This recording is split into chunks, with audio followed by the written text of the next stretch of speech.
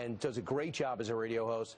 You're very familiar with this case, Dana, and for those who are just understanding it as a national story, bring us back. It was 2011 when 24-year-old Lamar Smith was running from cops in his car. High-speed chase ensued. Evidently, he had a gun with him.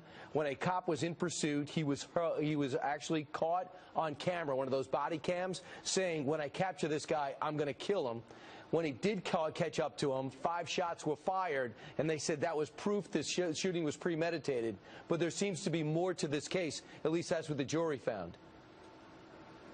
Well, that's what the judge had determined. Absolutely, and Brian, it's good to be with you. And speaking, just personally and as a St. Louis native, not with an organization at the moment, but this is my hometown. I live blocks from the courthouse where the protests began earlier today. Right now, they're in Central West End, and I know you were talking with one of the local media there. There's a confluence of interstate highways that all dump out into Barnes Jewish Hospital right there, and that's really dangerous if you start shutting down those highways, those arteries to other parts of the city, because that's the big hospital there, and they get a lot of people coming in all throughout the night, so that's really dangerous. Nobody has the right to shut down a highway. But as for this case, this officer in question, Jason Stockley, the prosecutors had to prove, Brian, beyond a reasonable doubt that he did not act in self-defense, because he claimed that he did. This all began when he and his partner came upon what they said was a drug exchange.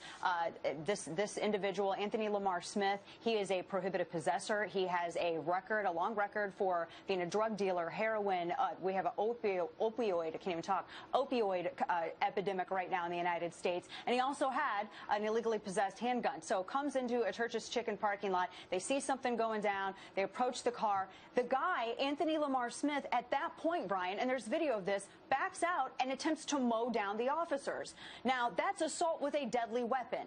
And then the officers give chase, as you mentioned, high-speed chase through downtown St. Louis, and it ultimately ended tragically with this man's death, a tragedy that could have been avoided. You don't run down police officers. You don't sit in the parking lot of a restaurant and deal dope. And then, of course, according to the testimony of this officer and his partner as well, there had been apparently an illegally possessed handgun. There were also apparently drugs in the vehicle as well. Now, there are 2 really good questions here, and I completely agree with questioning them. It does not prove premeditated murder. That was the prosecutor's responsibility with this case. They failed to do that beyond reasonable doubt. But what he said in the car, absolutely asked questions. And, Brian, the fact that he had his own personal firearm with him in the backseat of the car, that was against the police department policy. That's why he was suspended earlier, because of those 2 things. And, of course, the accusation was that the police put the gun in the car to justify the shooting.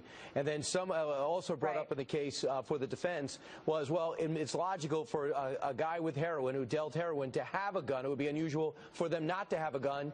And then they cried, that's race-related. That's a racial conclusion, which I don't see that being race-related. As a heroin user, that just to me is what is a usual pattern. And to point out, Brian, he had a record.